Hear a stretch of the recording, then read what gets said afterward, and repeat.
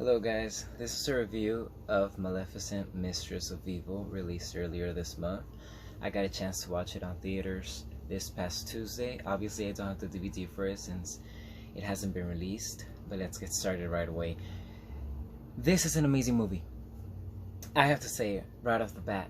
It's an amazing movie. So much fun, so great. The CGI was just magical, immersive. The plot was beautiful. The lessons that it taught, everything was just so great. We see Angelina Jolie returning as Maleficent. Elle Fanning also returns as Aurora, but we don't see Prince Philip return from the 2014 Maleficent. We have a new one, and he did an amazing job. We have as a villain Michelle Pfeiffer, who's played Catwoman. She's been in Mother. She's been in many movies, but I don't want to get into that. She did an amazing job, and she plays Queen Ingrith in this one. Ejiofor returns. A lot of people return, actually. Just a few of them they don't. And one quick thing that I was googling because I wanted to make sure I had the names right for the characters. Warwick Davis plays a pixie. I think that's what they called him. This fairy creature. Warwick Davis, if you don't know, plays a leprechaun. The leprechaun, the original one. Like Leprechaun 1, Leprechaun 2, the Back to the Hood, all of those. And I hold that character so dear to my heart because I remember watching it when I was so little, and I remember, like, I was seeing Warwick Davis's character on screen when I went to watch Maleficent, Mistress of Evil. And I was like, he seems so familiar, but I just thought that he was a lot older because those movies were from like the 90s, the first ones at least. By the way, quick, well, I'm not gonna review that one. I'll just wait till I review it. I don't want to give too much into that. But this movie deals with Maleficent, and well, not just Maleficent, but it starts off with Maleficent finding out that Aurora has accepted to marry Prince Philip. Obviously, she does not believe that that's the greatest idea of them all. So she goes over, and there, by the way, spoilers ahead, there's always spoilers in my reviews. And she's Ejiofor tells her, hey, you know, so like Aurora's gonna get married, and she goes over and tells her, yeah, no, that's not gonna happen. And Aurora's like, I wasn't asking. And she's, neither was I. And they have like this mother-daughter relationship and dialogue throughout the whole movie, just back and forth, a power struggle, honestly. But Aurora always keeps like her essence and her kindness above anything. But for the sake of trouble in the movie, Queen Ingrith and the king invite them over for dinner because they want to meet Maleficent, who's like the mother of Aurora. At first, she's very reluctant to actually go because she's not wanted for some reason, and you know how it ended in the first one. Maleficent actually saved the day. She did a lot of good deeds, but she's still seen as a villain because I guess it's word of mouth. People say negative things about other people, and the majority tend to believe it, unfortunately. So that's what happened with Maleficent's character, even though we all know that she's a very good fairy and the protector of the moor, sorry. And Aurora is still leading. She's queen of the moor, so she's there making sure that everything's running well. They go over to the dinner, like I was saying, and just things heat up a lot. It reminded me a lot of Shrek 2, actually, when they have the dinner with the king, Shrek, Fiona, the queen, and Donkey, of course. And they just keep going back and forth, like your kind, and meaning humanity, and your kind meaning fairies and creatures, and your evil poachers are killing my fairies, and it's like humans are dying because of you. So they go back and forth, and the queen stabs the king with the same needle that Maleficent's curse attacked Aurora with. I didn't phrase that right, but the same needle that Aurora's pricked her finger with was the same one that they used to curse the king. But they made it seem like it was Maleficent, like she cursed him, and now he's dying. So he falls into sleep like death. Is that what they say in the movie? Yeah, he just basically becomes a version of Sleeping Beauty. But that's besides the point. We're just barely getting started. Then they go, Maleficent tells Aurora, let's go, it's time to go. We're not wanted here. And Aurora chooses to stay with Prince Philip because she believes that Aurora was, Maleficent was the one that cursed Prince's father, the king. And obviously that couldn't be further from the truth. She wasn't liking it, she was getting angry, but she didn't do anything of that caliber, at least. Then this thing that goes on in the middle of the story is that, and I'm sorry for all the noises, but I had to get this done. Like, I really would have picked a better date and prepared a lot more, but I don't want so much time to pass because this is just an amazing movie. I like to hold the DVDs that I review in my hands. I've also done other releases, but this is just such a great movie, and I'm not doing it justice the way that I'm explaining it. I did watch it only once, and I have it fresh in my head, but it's kind of hard to share the plot with you guys without going back and forth, and then this happened and this happened, because as you know, in movies they tend to like go from one scene to the other, and while you're watching it, it makes sense, but when somebody's telling you, it's like, can you just tell me this story and then this one, and just, but anyway, the Queen Ingrith was working in this underground factory to make iron, I was gonna say, yeah, kind of like bullets, iron, arrows, just anything iron, because as we know, that affects the fairies, especially Maleficent. And in the meantime, Warwick Davis's character, he's working on poison for fairies, which is these little things that flowers release, magical flowers from the moors, along with iron, and when you mix it together, that creates this powder, red powder, that kills fairies. If it comes in contact with one of the creatures, they become either plants, flowers, trees, stuff like that. That's the whole point of that. So technically they're not dead because they just become living organisms, but they cease to keep their bodies and their magical powers. Anyway, they shoot Maleficent with one of those and she falls into the water. It appears like nothing is, like, what could happen to Maleficent that she's gonna wake up and survive that. Well, this flying creature comes down and grabs her and takes her, and the girl that shot, oh gosh, I did not like that character. There's this girl, I forgot her name, she has red hair, who serves the queen, and she's so annoying. Like, everything about her was so annoying from the very start. Ugh, I did not enjoy her character one bit. And she goes and so, oh, somebody pulled her out, and then Maleficent wakes up in this cave that looks like kind of like bones and hair. I don't know, it's like a very cold place, and she realizes that there are more like her. They're called the Dark Fae, and it's this society of fairies, very much like Maleficent, but without her powers. And they come from all over the world, deserts, mountains, all type of terrains. But they were forced to live underground because humans were attacking them with iron, and therefore to protect their families, their babies, and to keep, you know, living and existing in this world, they had to go find refuge in that cave, and therefore not many people have seen them. They one of them is like very aggressive Fae. He tells Maleficent, with you we could win, let's go fight them, let's go kill them. But the wiser Fae tells her, no, that's not what we want to do, it's not what we're here for.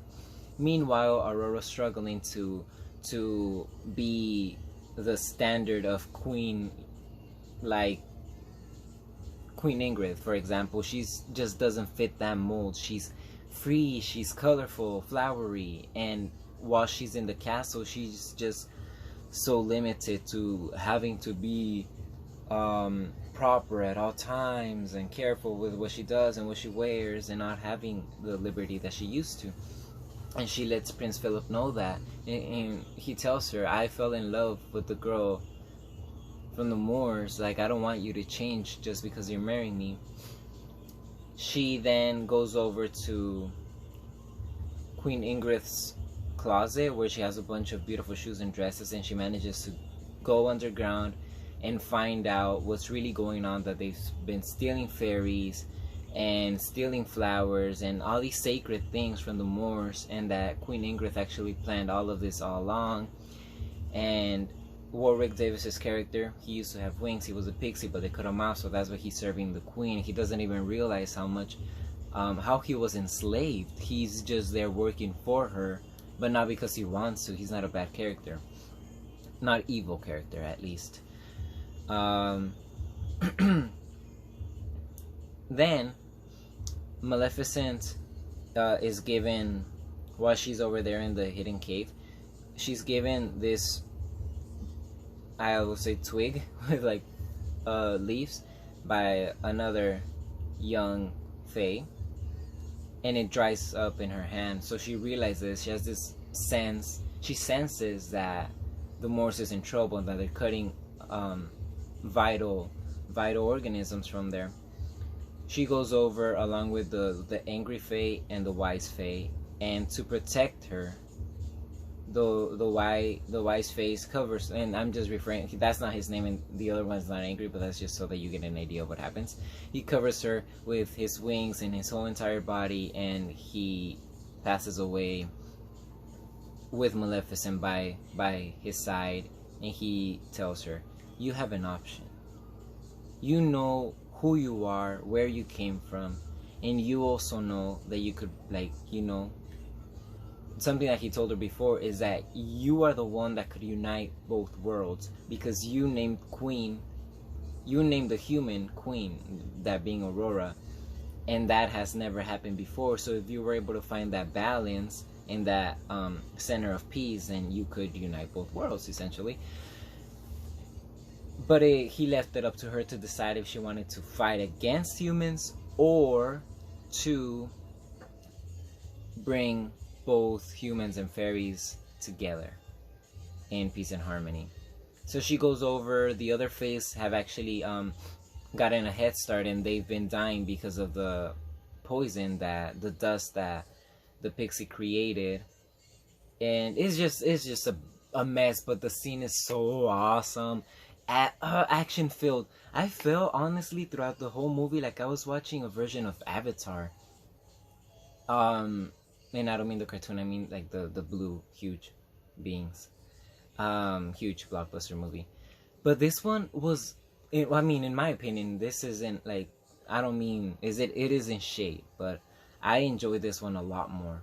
Maleficent, Mistress of Evil, because it's just so fun, so engaging, and the struggles between them are just so real, so relevant in today's times, and I'm perfectly capable of identifying with their problems and their options to a lower scale, because I don't have wings and I don't have powers and I don't have an army, but you know what I mean, everyday scenarios. I kind of see that with my own family and the family of others around me. In a way, they're fighting, they're doing their thing. Aurora has escaped the castle. She knows the truth. Prince Philip is trying to retreat his army to stop killing the fays. The fays are kind of like, whoa, he's kind of good. And Maleficent is already in evil, dark mode. She has like black around her eyes. She's really angry. Her eyes turn like reddish, brownish. And Aurora's begging her, please, I'm sorry, stop. She goes over to the top of the castle where Queen Ingrith is waiting to kill Maleficent. And while they're like debating this and this and that, she shoots Aurora, and Maleficent finds a way to turn her around, rotate her own body while covering Aurora, so she takes a shot and disappears. Well, not completely. She turns into like ashes. And that's something that I missed. I forgot to tell you guys that while they're in the cave, the Fays and Maleficent, they tell her about the Dark Phoenix, this ancient being. I guess it's like a dark fae as well, but it's like the ultimate dark fae, this creature that no longer exists because of what we were saying, but it's just so powerful. And Maleficent is a direct descendant from it, so she inherited a lot of that power, which makes her different from the other ones there. She turns into ashes, like I was saying, and Aurora, obviously, she cries. She tries to get the queen, but they hold her back, and out of nowhere the tears mix with the ashes and the phoenix rises. It's very predictable. That's why I felt like crying, but at the same time I knew like Maleficent cannot die. Like she's going to emerge, and that she did. And that was amazing. She then breaks a bunch of things, and surprisingly they don't kill the queen. They make peace with each other. Prince Philip orders everybody to stop. The king comes out of his coma-like state, and everything is back to normal, and they turn Queen Ingrith into a goat. And it's very funny because at the beginning of the movie, when they were invited to dinner and Aurora tells Maleficent, please come, you're like a mother to me, she's like, can you cover the horns with this? And she gives her a black veil, and then Maleficent looks over at the end of the movie when she turns Queen Ingrith into a goat, and she's like, she should really cover those horns or something like that. It was very ironic, and it's just a fun movie. And then the last scenes is just Maleficent going over to the top of the castle and just saying good morning, and Aurora and Philip are there. Tells her, oh, you're not gonna stay? She says, no, I have to go, but don't worry, I'll be back for the christening. Wink wink. And that was really a really good touch, because we know that everything started supposedly in the other movie because of that, and even in Maleficent. And I was referring to Sleeping Beauty. You know how this idea that Maleficent cursed her just because she wasn't invited to the party, but in Maleficent it also plays a huge role because it was the day of the curse. So for many reasons it was just, and also it's kind of giving us the idea, suggesting that they're soon to be parents. It was magical. Oh, and I miss so many things. These little creatures, the little creatures are so pretty. Now that's the end of the plot. I miss so many things, so many very cute details. There are a lot of minor characters that are so lovable and so cute. They were created beautifully by the animation people, the CGI experts. The direction of the movie was, I think they changed the director actually. I was watching a lot of interviews with Elle Fanning, Angelina Jolie, Michelle Pfeiffer, and the rest of the cast, and yeah, I'm pretty sure they did. The writing was amazing, and the direction was, like I said, awesome nonetheless, beautifully made. You really do feel like you're in there with them. And like I said, the lessons that it teaches is just beyond words. Something that I heard Angelina Jolie in many interviews is the whole idea that you don't have to be related by blood. You don't have to look like somebody else to know that you are family, to know that you belong there, because that's not what it's about. And me, like, I could relate to that 100%. And also the whole idea of being true to yourself. There's one thing that Angelina mentioned, and she said the way that you know that something is bad or inappropriate or something that should be changed is when your motives are, well, your actions, your decisions are manipulated by fear, by hatred, by wanting to divide by intolerance. And that refers to the Queen Ingrith, because we're talking about being ourselves, being our true selves, our true nature, exploding in just free beings that we are in this world, just like in Maleficent's world. But the exception is when you're just driven by these things that only cause pain to others and divides people, just segregates, attacks, and violates the freedom of other people. And I just agree with everything. And there are a lot of minor points, like I believe it's called Stockholm Syndrome, when somebody kidnaps you, tortures you, or brainwashes you, you kind of like start to like the person that stole you, the criminal. And it's kind of like what happened to Warwick Davis's character. And sometimes you don't realize, and I feel like that you could also adapt that into other relationships where you've been in this toxic environment for so long that you don't even realize the difference. So you're like, well, this is what I do, I'm with this person is my friend, or this person is whatever. And you open your eyes when you actually see that you could be treated differently, with dignity and respect, and just so many things. This movie is unique in the sense that it doesn't have like the female character is gonna grab her armor, like Aurora is gonna train and she's gonna go. And don't get me wrong, Xena, awesome, like WWE China, awesome. But Aurora is just not like that, and they preserve who she really is, with kindness, with love, and with care. She is able to show her strength to the world, be the Queen of the Moors, and be effective. And Maleficent shows a different side, the more hands-on, I'm gonna protect it with power, with everything is power, everything I just mentioned, but with physical power. And Queen Ingrith is a leader in a political way. She governs this town and leads an army, etc. I could keep going on and on and on and on, but you have to check it out. I really wanted to make this review as soon as possible because you have to check it out. It's not doing incredibly well in the States at the box office, and it's beyond me. Why? What do you need? Come on, like, I feel like I don't know, it had a humongous budget. It showed advertisements all over the place, so I don't really know where it went wrong. I feel like maybe the Joker movie, which is amazing too, by the way. I don't know what it is. I don't think it's a competition, really. I think people maybe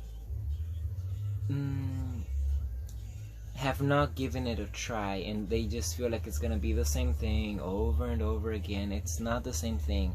It has many themes, many like similar storylines to other movies that we've seen, so it's not completely new, but the way that they bring it all together and create this amazing result, this is what's majestic about it. The way they really tie things down, and it's a meaningful movie. It's amazing. So you should really watch it. I really don't think that, I think like 99% of audience members will be pleased one way or another because of the CGI, because you are just a fan of computer animation, because you are a fan of good writing, good directing, good acting, because you are a fan of fun movies, action movies, drama, even horror, like the horn creatures. Hello, it's really fun. Please do give it a try, and I think you'll like it. Thank you for watching.